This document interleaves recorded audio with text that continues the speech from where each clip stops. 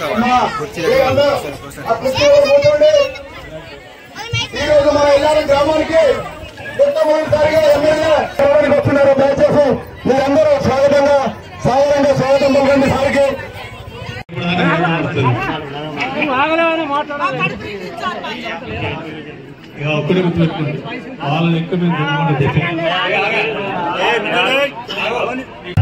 ముఖ్యంగా రైతులను మోసం చేయడానికి కరెక్ట్ ప్రభుత్వం సిద్ధంగా ఉన్నది.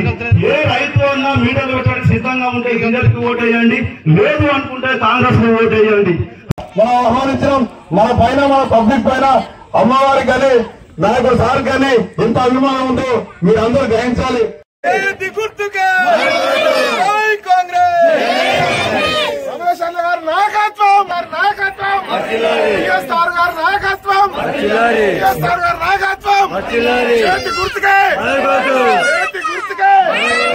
ఇక్కడికి వచ్చిన అందరూ చూస్తే నాకు తెలిసి వాళ్ళిద్దరికి వెళ్ళి 10 ఓట్లు ఇంకోటి కొత్త పిచ్చాడు వచ్చింది, పాతోడు పోయింది, కొత్త పిచ్చాడు వచ్చింది. వాడు రాముడు రాముడు మన అందరూ తెలియదు. ఈ రాకముందు మనం రామ కళ్యాణం చేస్తలేము. వాళ్ళు ఇప్పుడు రావణ్ ఇప్పటికే 3 సార్లు ప్రభుత్వం కూడా సార్కు చెప్పాం. దాదాపు 38 లక్షల రూపాయలకు గాను మన గ్రామంలో ప్రతి వాడవాడకు సీసీ రోడ్లు మొత్తం మంజూరయ్యే విధంగా ప్రపోజల్ లిస్టు సార్ దగ్గరనే ఉంది.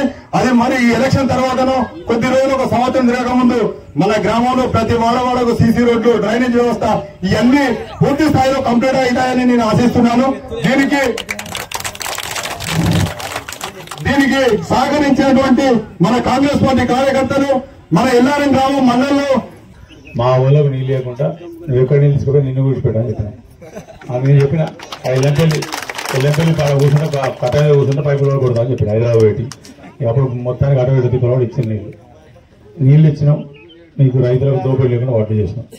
ఈ ఒక్కసారి మన్నించి నన్ను చూసి, ఇప్పుడు నేను కాదు క్యాండిడేట్ కానీ నా ముఖం చూసి రైతులను ఒక్క ఓటు గిట్ట వాళ్ళకి వేసిన అనుకోని టీఆర్ఎస్ అనుకో బీజేపీ అనుకో చెప్తానికి మీకు మరి ఏ రకంగా నాకు చెప్పాలి, నాకు నోట్లకి మాట్లాడతలేవు.